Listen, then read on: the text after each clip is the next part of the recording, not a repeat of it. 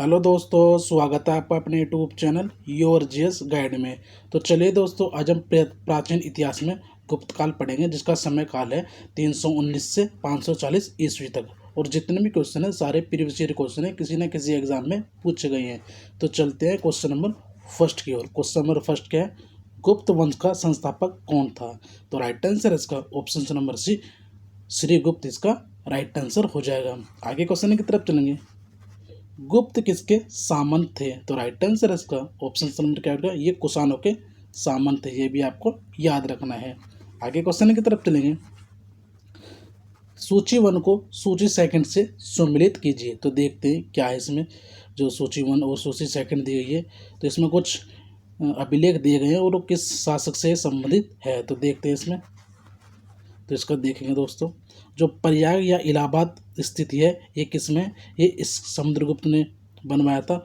जो विल्सड है ये कुमारगुप्त, भीतरी जो अभिलेख है वो स्कंदगुप्त, और मंदसौर जो लेख है वो वंदु वर्मन। यानी कि ऑप्शन नंबर इसका राइट आंसर हो जाएगा। वेरी वेरी इंपॉर्टेंट है, ऐसे भी क्वेश्चन आपको एग्जाम में देखने को मिलेंगे। तो चलते हैं क्वेश्चन नंबर अगले की तरफ। गुप्त वंश के किस शासक ने सर्वप्रथम महाधीराज की उपाधि धारण की? तो ये किसने धारण की थी? तो राइट आंसर इसका ऑप्शन नंबर बी, चंद्रगुप्त ने। तो देखते हैं, ये गुप्त वंश का वास्तविक संस्थापक माना जाता है।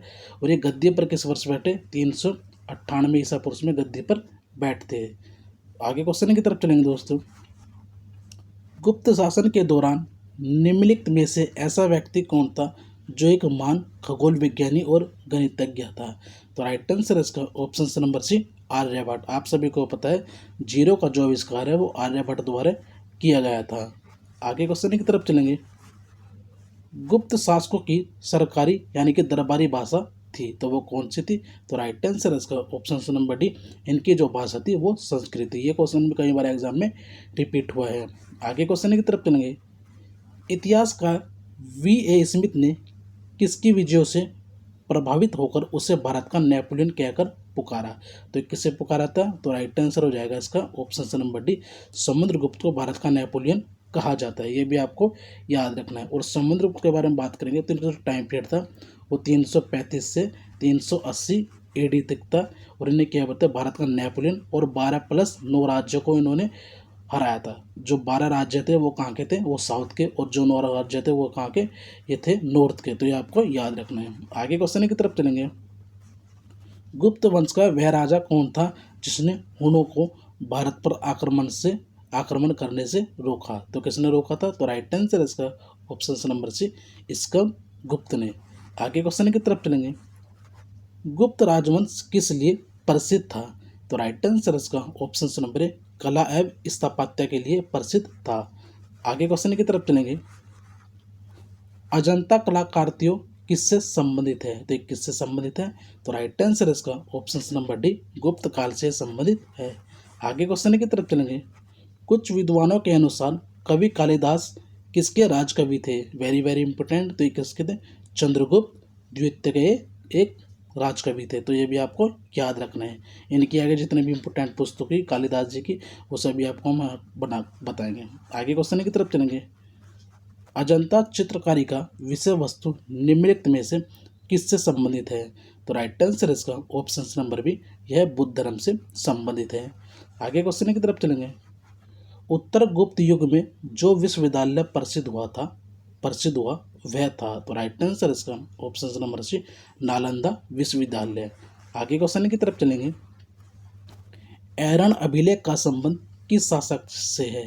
तो राइट आंसर इसका ऑप्शन नंबर डी, भानुगुप्त से है। आगे क्वेश्चन की तरफ चलेंगे। Very very important. फायान किसके शासनकाल में भारत आया था? तो ये किसके शासनकाल में है? ये चंद्रगुप्त द्वितीय के शासनकाल में भारत आया था। आगे क्वेश्चन की तरफ चलेंगे। भारतीय संस्कृत का स्वर्ण युग था, तो किसे कहा जाता है? तो राइट आंसर इसका ऑप्शन नंबर डी, गुप्त काल को कहा जाता है। आगे क्वेश्चन की तरफ चलेंगे। फाहियान कहाँ का निवासी था? तो राइट आंसर इसका ऑप्शन नंबर सी, ये चीन का निवासी था। आगे क्वेश्चन की तरफ चलेंगे। श्वेत सेतु बंधु का रचनाकार प्रवरसेन सेकंड किस वंश का शासक था? तो राइट आंसर इसका ऑप्शन नंबर सी, वाकाटक वंश का ये शासक था। आगे क्वेश्चन की तरफ चलेंगे। किस गुप्तकालीन शासक को कविराज कहा गया, यानी कविराज की उपाधि धारण की थी उसने? तो राइट आंसर इसका ऑप्शन नंबर सी, समुद्रगुप्त को कविराज की कहा गया और इन्होंने ये कविराज की उपाधि धारण की थी। तो यह भी आपको याद रखना है। आगे क्वेश्चन की तरफ चलेंगे।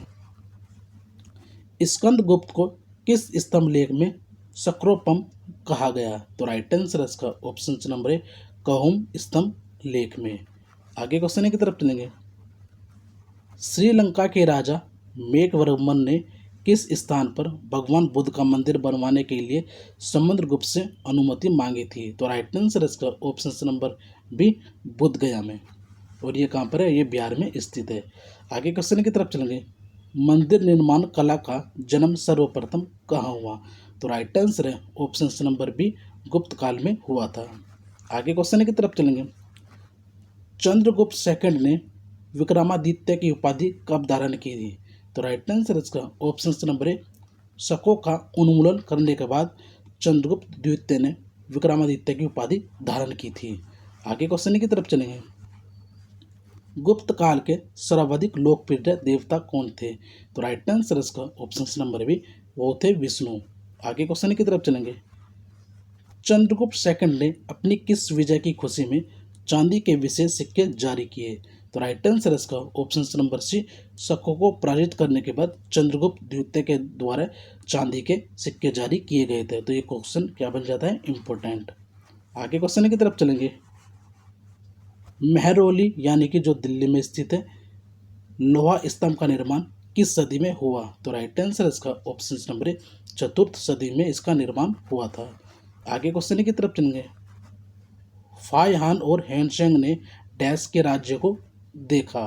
तो राइट आंसर इसका option number A, Chandragupta, Vikramaditya और हर्षवर्धन के क्रमशः। तो इसका डी एकदम करेक्ट आंसर आ जाएगा। आगे क्वेश्चन की तरफ चलेंगे। धनवंतरी थे, तो धनवंतरी कौन थे? तो राइट आंसर इसका ऑप्शन नंबर क्या हो जाएगा? ये चंद्रगुप्त और विक्रमादित्य के राज दरबार के नवरत्न में से एक जो प्रसिद्ध चिकित्सक थे। तो राइट आंसर है इसका ऑप्शन नंबर बी। आगे क्वेश्चन की तरफ चलेंगे। गुप्तकालीन शासन प्रणाली किस प्रकार की थी? तो राइट आंसर इसका ऑप्शन नंबर ए, राजतंत्रात्मक प्रणाली थी। आगे क्वेश्चन की तरफ चलेंगे। फायान द्वारा रचित ग्रंथ फोकोवा की निम्न में से किसका विवरण नहीं मिलता? तो राइट आंसर इसका ऑप्शन नंबर बौद्ध धर्म के सिद्धांतों का। बाकी सबका इसमें राज्यों का मिलता है, उपदेशों का और स्तूपों का और मंदिरों का इसमें विवरण मिलता है, यानी ऑप्शन नंबर ए का नहीं मिलता। और ये हमारा करेक्ट आंसर है। आगे क्वेश्चन की तरफ चलेंगे। गुप्त स्थापत्य कला का सर्वोत्कृष्ट मंदिर निम्न में से कौन है? तो राइट आंसर इसका ऑप्शन नंबर बी, देवगढ़ का दशावतार मंदिर। आगे क्वेश्चन की तरफ चलेंगे। अजंता की गुफाओं में किन गुफाओं का निर्माण गुप्त काल में हुआ? तो किन का हुआ था? 16, 17 और 19 का, यानी कि option number C right answer हो जाएगा। आगे क्वेश्चन की तरफ चलेंगे। अमरकोश के लेखक अमर सिंह किस शासक के दरबार से जुड़े थे? तो राइट आंसर इसका ऑप्शन नंबर डी, चंद्रगुप्त के शासक के दरबार से जुड़े थे। आगे क्वेश्चन की तरफ चलेंगे। Very very important. गुप्त संवत यानी कि 319 से 320 को प्रारंभ करने का श्रेय किसे दिया जाता है? तो किसे दिया जाता है? तो राइट आंसर इसका ऑप्शन नंबर 1, चंद्रगुप्त प्रथम को, ऑप्शन नंबर ए। आगे क्वेश्चन की तरफ चलेंगे। चंद्रगुप्त प्रथम ने गुप्त संवत का प्रारंभ किस उपलक्ष्य में किया? तो राइट आंसर इसका ऑप्शन नंबर ए, अपने राज्यारोहण को के स्मारक के रूप में किया था, यानी कि ऑप्शन नंबर ए इसका एकदम राइट आंसर हो जाएगा। आगे क्वेश्चन की तरफ चलेंगे। पर्याय प्रशस्ति अभिलेख का लेखक हरिसेन किस शासक का दरबारी? यह एक राजकवि दरबारी था। तो कौन हो जाएगा? तो राइट आंसर इसका ऑप्शन नंबर ए, समुद्रगुप्त का दरबारी था। ये कई बार क्वेश्चन ये भी एग्जाम में रिपीट हुआ है। आगे क्वेश्चन की तरफ चलेंगे। गुप्त काल को प्राचीन भारत का क्लासिकल युग क्यों कहा जाता है? क्यों कहा जाता है? तो राइट आंसर इसका कला व साहित्य के क्षेत्र में अपने चरमोत्कर्ष पर पहुंचने के कारण, यानी ऑप्शन नंबर बी इसका राइट आंसर हो जाएगा। आगे क्वेश्चन की तरफ चलेंगे। सारनाथ के धम्मिक स्तूप का निर्माण किस काल में हुआ? तो राइट आंसर इसका ऑप्शन नंबर क्या हो जाएगा? ऑप्शन नंबर डी, ये गुप्त काल में इनका निर्माण हुआ था। आगे क्वेश्चन की तरफ चलेंगे। गुप्त काल की सोने की मुद्रा को कहा जाता था? तो क्या कहा जाता था? तो राइट आंसर इसका ऑप्शन नंबर ए दिनार कहा जाता था। आगे क्वेश्चन की तरफ चलेंगे। कुमार संभव महाकाव्य किस कवि ने लिखा? तो किसके द्वारा लिखी गई थी? तो राइट आंसर इसका ऑप्शन नंबर डी कालिदास द्वारा ये पुस्तक लिखी गई थी और अभिज्ञान शकुंतलम भी इनके द्वारा लिखी गई है। आगे क्वेश्चन की तरफ चलेंगे। नालंदा विश्वविद्यालय की स्थापना का युग है? तो राइट आंसर है ऑप्शन नंबर सी गुप्त काल में स्थापना हुई थी नालंदा विश्वविद्यालय की। आगे क्वेश्चन की तरफ चलेंगे। गुप्त युग में भू राजस्व की दर थी, तो वो क्या था? तो राइट आंसर इसका ऑप्शन नंबर बी उपज का छठा भाग, यानी 1/6 मान लो या फिर छठा भाग, ये इसका राइट आंसर है ऑप्शन नंबर बी। आगे क्वेश्चन की तरफ चलेंगे। नगरों का क्रमिक पतन किस काल की एक महत्वपूर्ण विशेषता थी? तो राइट आंसर है ऑप्शन नंबर ए गुप्त काल की ये एक विशेषता थी। आगे क्वेश्चन की तरफ चलेंगे।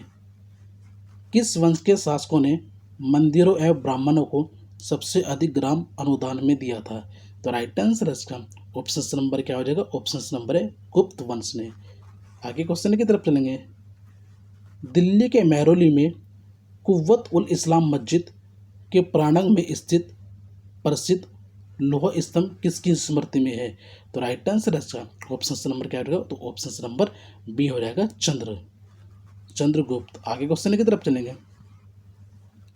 कालिदास द्वारा रचित मालविघ्निमित्र नाटक का नायक था, तो कौन था? तो राइट आंसर इसका ऑप्शन नंबर सी अग्निमित्र, यानी ऑप्शन नंबर सी इसका राइट आंसर हो जाएगा। आगे क्वेश्चन की तरफ चलेंगे।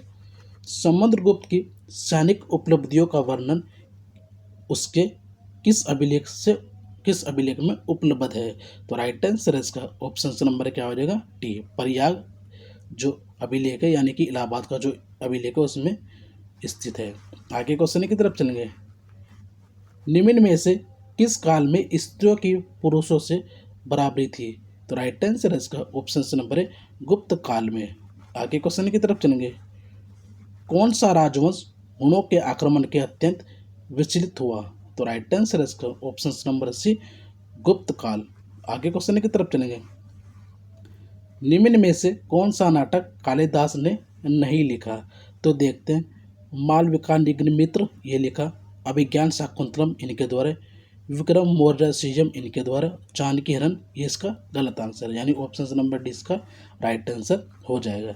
आगे क्वेश्चन की तरफ चलेंगे। अजंता गुफाओं की सरीकी जैसी गुफाओं मध्य प्रदेश में कहाँ है? तो ये कहाँ पर है? तो राइट आंसर इसका ऑप्शन नंबर है बाघ में धार। आगे क्वेश्चन की तरफ चलेंगे। गुप्त वंश ने डैश अवधि में शासन किया, तो कब से कब तक था? तो राइट आंसर इसका ऑप्शन नंबर है 319 से 500 ईस्वी तक। आगे क्वेश्चन की तरफ चलेंगे। बाल विवाह की प्रथा आरंभ हुई थी, तो ये कहाँ पर आरंभ हुई थी? तो राइट आंसर इसका ऑप्शन नंबर सी बाल विवाह की प्रथा गुप्त काल में आरंभ हुई थी, ये भी आपको याद रखना है। आगे क्वेश्चन की तरफ चलेंगे। सोने के सर्वाधिक सिक्के किस काल में जारी किए गए? तो किस काल में जारी किए गए थे? आप सभी को पता है, तो ये गुप्त काल में जारी किए गए थे। आगे क्वेश्चन की तरफ चलेंगे। यूरोपीय भाषा में अनुदित यानी अनुवादित प्रथम भारतीय ग्रंथ कौन सा है? तो राइट आंसर इसका ऑप्शन नंबर क्या हो जाएगा? ऑप्शन नंबर बी अभिज्ञान शाकुंतलम, जो किसके द्वारा लिखी गई एक पुस्तक है? तो ये कालिदास द्वारा लिखी गई एक पुस्तक है, अभी मैंने आपको बताया था। आगे क्वेश्चन की तरफ चलेंगे। सती प्रथा का पहला उल्लेख कहाँ से मिलता है? तो राइट आंसर इसका ऑप्शन नंबर से एरन अभिलेख से सती प्रथा का पहला उल्लेख मिलता है। आगे क्वेश्चन की तरफ चलेंगे। गुप्त वंश के निम्नलिखित शासकों को क्रम से लगाइए, तो देखते हैं क्रम से लगाते हैं। तो सबसे पहले कौन आ जाएगा? तो सबसे पहले आ जाएगा मैं चंद्रगुप्त, समुद्रगुप्त, चंद्रगुप्त द्वितीय, स्कंदगुप्त, यानी 1 2 3 4 5। ऑप्शन नंबर डी इसका राइट आंसर हो जाएगा। आगे क्वेश्चन की तरफ चलेंगे। गुप्तकालीन सिक्कों का सबसे बड़ा ढेर कहाँ से प्राप्त हुआ? तो राइट आंसर इसका ऑप्शन नंबर है बयाना भरतपुर। आप सभी को पता है ये कहाँ पर है? राजस्थान में स्थित है। आगे क्वेश्चन की तरफ चलेंगे। किस गुप्त शासक को नालंदा विश्वविद्यालय का संस्थापक माना जाता है? तो किसे माना जाता है? तो राइट आंसर है ऑप्शन नंबर ए कुमारगुप्त प्रथम को नालंदा विश्वविद्यालय का संस्थापक माना जाता है। आगे क्वेश्चन की तरफ चलेंगे। गुप्त काल में उत्तर भारतीय व्यापार निम्नलिखित किस एक पद्धति से संचालित होता है? तो किससे होता है? तो राइट आंसर है ऑप्शन नंबर है ताम्र लिप्ति से। आगे क्वेश्चन की तरफ चलेंगे। गुप्त शासकों द्वारा जारी किए गए चांदी के सिक्के क्या कहलाते थे? तो राइट आंसर है इसका ऑप्शन नंबर ए हो जाएगा रूपक कहलाते थे। आगे क्वेश्चन की तरफ चलेंगे। सूची 1 सूची 2 को सम्मिलित करते हैं, तो देखते हैं इसका कौन सा आंसर सही होगा। तो देखते हैं विशाखा, पहले जो हमें पता हो हम हमेशा वही करेंगे। तो दोस्तों देखते हैं इसका कौन सा आंसर हो जाएगा ऑप्शंस के अकॉर्डिंग। तो जो विशाखा दस्ते वो कौन थे देखते हैं। तो इसका जो आंसर हो जाएगा ना डायरेक्ट हम लगाएंगे ऑप्शन नंबर क्या हो जाएगा ऑप्शन नंबर बी, यानी कि ए का 2, बी का 1, सी का 3 और डी का 4। ये इसका राइट आंसर है ऑप्शन नंबर बी। आगे क्वेश्चन की तरफ चलेंगे। चंद्रगुप्त सेकंड ने के काल में विधा, कला व साहित्य का महान केंद्र कौन सा था?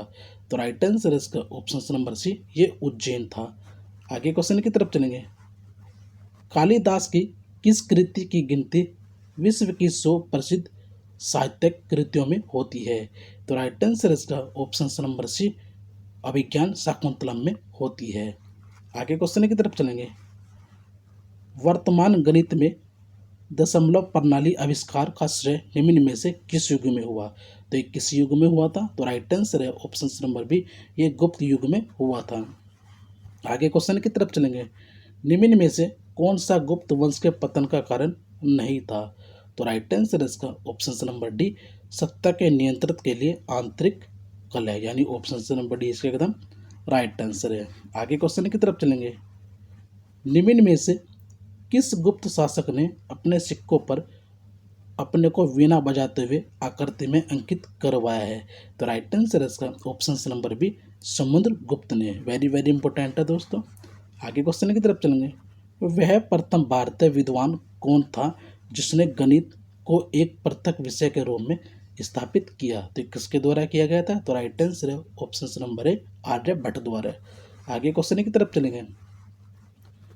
गुप्तकालीन पुस्तक नवीनतम क्रम का संबंध है, तो किससे है? तो राइट आंसर इसका ऑप्शन नंबर सी, चिकित्सा से इसका संबंध है। आगे क्वेश्चन की तरफ चलेंगे। तांबे का सिक्का जारी करने वाला पहला गुप्त शासक कौन था? तो राइट आंसर है ऑप्शन नंबर सी, रामगुप्त। और आप सभी को पता है रामगुप्त जो है ये समुद्रगुप्त का बड़ा बेटा था, और इसका जो छोटा इसका सगा भाई था कौन था? चंद्रगुप्त द्वितीय। ये भी आपको याद रखना है। आगे क्वेश्चन की तरफ चलेंगे। सूची 1 में कुछ शासक है और कुछ अभिलेख दिए गए हैं, तो ये हमें मिलाने हैं। तो इसका देखते हैं कौन सा किसका अभिलेख है। तो देखते हैं समुद्रगुप्त के द्वारा कौन सा अभिलेख बनवाया गया था। तो देखते हैं वो था प्रयाग प्रशस्ति या इलाहाबाद प्रशस्ति अभिलेख। चंद्रगुप्त द्वितीय का मेहरौली, स्कंदगुप्त भीतरी, बुधगुप्त पहाड़पुर ताम्रपात। यानी देखते हैं ऑप्शन नंबर इसका एकदम ठीक हो जाएगा, यानी ए का 1, बी का 2, सी का 3, डी का 4। ऑप्शन नंबर 1 इसका राइट आंसर है। आगे क्वेश्चन की तरफ चलेंगे। सूची 1 में शासक है और सूची 2 में उपाधि है, तो उसमें मिलान करना है। तो देखते हैं इसका राइट आंसर क्या हो जाएगा। देखते हैं दोस्तों, ये थोड़ा ऊपर नीचे है क्वेश्चन। जैसे कि चंद्रगुप्त प्रथम, इसका जो उपाधि थी वो थी महाधीराज की। समुद्रगुप्त की अश्वमेध पराक्रम, वेरी वेरी इंपॉर्टेंट। चंद्रगुप्त द्वितीय परम भागवत, स्कंदगुप्त शक्रो परम। यानी इसका सीधा सीधा जो आंसर होगा वो ऑप्शन नंबर डी हो जाएगा। ऑप्शन नंबर डी इसका एकदम राइट आंसर है। आगे क्वेश्चन की तरफ चलेंगे। सूची 1 में कुछ शासक है और सूची 2 में उनकी पत्नी दी गई है, तो ये ऐसे भी क्वेश्चन आपको एग्जाम में देखने को मिलेंगे। तो देखते हैं किसकी क्या है। चंद्रगुप्त प्रथम जिसकी पत्नी कौन थी? कुमार देवी। रामगुप्त की जो पत्नी थी वो थी ध्रुव देवी। और समुद्रगुप्त जिसे बोलते हैं भारत का नेपोलियन, इसकी पत्नी थी दत्ता देवी। और रुद्रसेन की क्या थी? प्रभावती। तो ऑप्शन नंबर इसका एकदम राइट आंसर हो जाएगा। ऑप्शन नंबर इसका एकदम करेक्ट आंसर है। आगे क्वेश्चन की तरफ चलेंगे। किस गुप्त शासक ने दक्षिणापथ में स्थित 12 राज्यों पर धर्म विजय की। तो ये किसके द्वारा की गई थी? तो राइट आंसर है ऑप्शन नंबर बी, समुद्रगुप्त द्वारा ये दरबारी मतलब की गई थी। इसका दरबारी कौन था? राज दरबारी वो था हरिसेन। आगे क्वेश्चन की तरफ चलेंगे। सर्व राजोचेता यानी कि सभी राज्यों को उखाड़ फेंकने वाला की उपाधि किसने धारण की? तो राइट आंसर है ऑप्शन नंबर सी, समुद्रगुप्त ने धारण की थी। आगे क्वेश्चन की तरफ चलेंगे। किसने अंतिम शक शासक रुद्र सिंह तृतीय को पराजित कर उसकी हत्या कर शकों का अंतिम रूप से उन्मूलन किया? तो राइट आंसर इसका ऑप्शन नंबर बी, चंद्रगुप्त द्वितीय ने।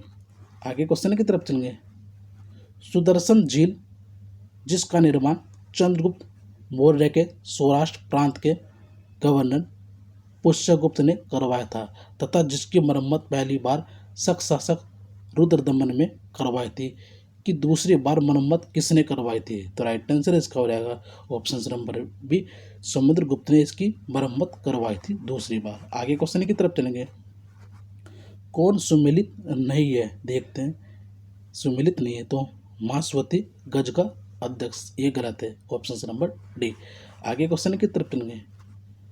मिहिर कुल का संबंध था तो किससे था? तो राइट आंसर है ऑप्शन नंबर डी, मोकरी। आगे क्वेश्चन की तरफ चलेंगे। कन्नौज का सर्वप्रथम महत्ता प्रदान करने वाले थे तो वो कौन थे? राइट आंसर है ऑप्शन नंबर सी, मोकरी। आगे क्वेश्चन की तरफ चलेंगे।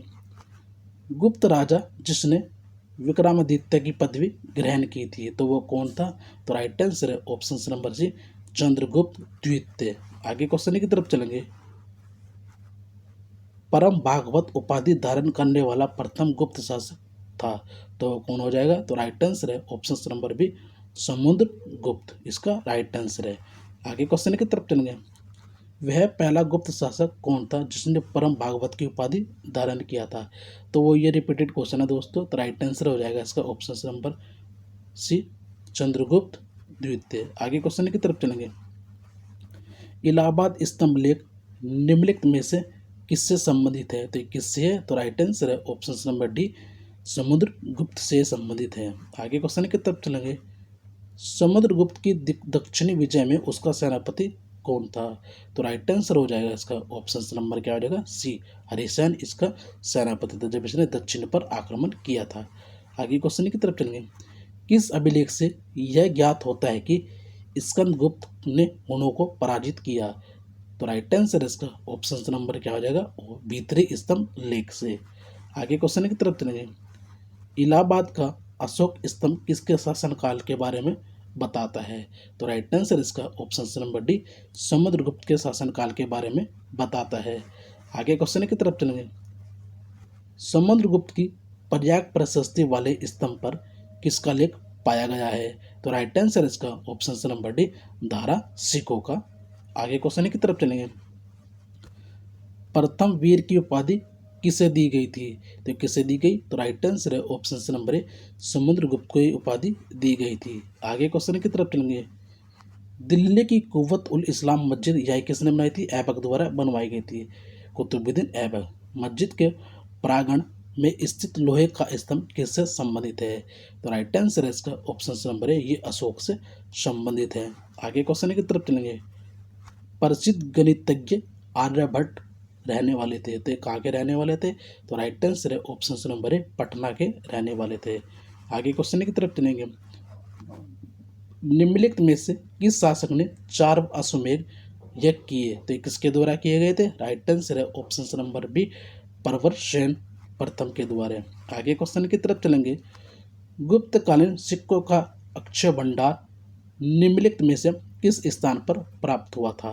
तो राइट आंसर इसका ऑप्शन नंबर बी, बयाना में हुआ था। आगे क्वेश्चन की तरफ चलेंगे। वेरी वेरी इंपोर्टेंट, गुप्तकालीन दशावतार मंदिर कहाँ स्थित है? तो राइट आंसर इसका ऑप्शन नंबर है, ये देवगढ़ में स्थित है। आगे क्वेश्चन की तरफ चलेंगे। गुप्त शासकों ने इनमें से किस एक धर्म को पुनर्जीवित किया? तो किसको किया था? तो राइट आंसर है ऑप्शन नंबर बी, भागवत को। आगे क्वेश्चन की तरफ चलेंगे। गुप्त साम्राज्य के पतन का कौन सा कारण नहीं है? ऐसे भी क्वेश्चन आपको देखने में मिलेंगे। तो राइट आंसर है ऑप्शन नंबर डी, अरब आक्रमण। आगे क्वेश्चन की तरफ चलेंगे, वेरी वेरी इंपॉर्टेंट। गुप्त वंश का अंतिम शासक था, तो गुप्त वंश का जो अंतिम शासक था तो वो कौन था, तो वो था विष्णुगुप्त। और आप सभी को पता है गुप्त वंश की जो स्थापना की थी वो किसके द्वारा की गई थी, श्री गुप्त के द्वारा की गई थी, ये भी आपको याद रखना है। आगे क्वेश्चन की तरफ चलेंगे, स्कंद गुप्त किसका उपासक था, तो राइट आंसर है ऑप्शन नंबर डी, ये शिव का उपासक था। आगे क्वेश्चन की तरफ चलेंगे, इनमें से कौन गुप्त काल में अपनी आयुर्विज्ञान विषयक रचना के लिए जाना जाता है, तो राइट आंसर इसका ऑप्शन नंबर डी, सुश्रुत जाने जाते हैं। आगे क्वेश्चन की तरफ चलेंगे, समुद्रगुप्त के शासन काल में इनमें कौन काची का राजा था, तो कौन था, तो राइट आंसर है ऑप्शन नंबर डी, विष्णुगुप्त। आगे क्वेश्चन की तरफ चलेंगे, सोने की मुद्रा को गुप्त काल में क्या कहा जाता था, तो राइट आंसर है ऑप्शन नंबर ए, इसे दिनार कहा जाता था। आगे क्वेश्चन की तरफ चलेंगे, वेरी वेरी इंपॉर्टेंट। कुमार संभव महाकाव्य किस कवि ने लिखा है, तो ये किसके द्वारा, कालिदास द्वारा लिखी गई एक पुस्तक थी।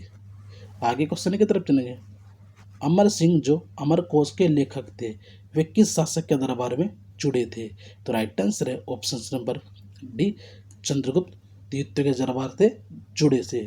तो चलिए दोस्तों आज के लिए यहीं समाप्त करते हैं। वीडियो अच्छी लगे तो वीडियो को लाइक शेयर कमेंट जरूर करें और अपने वीडियो को दोस्तों को ज़्यादा से ज़्यादा शेयर करें। तो चलिए मिलते हैं नई वीडियो से, जब तक के लिए जय हिंद, जय भारत, जय माँ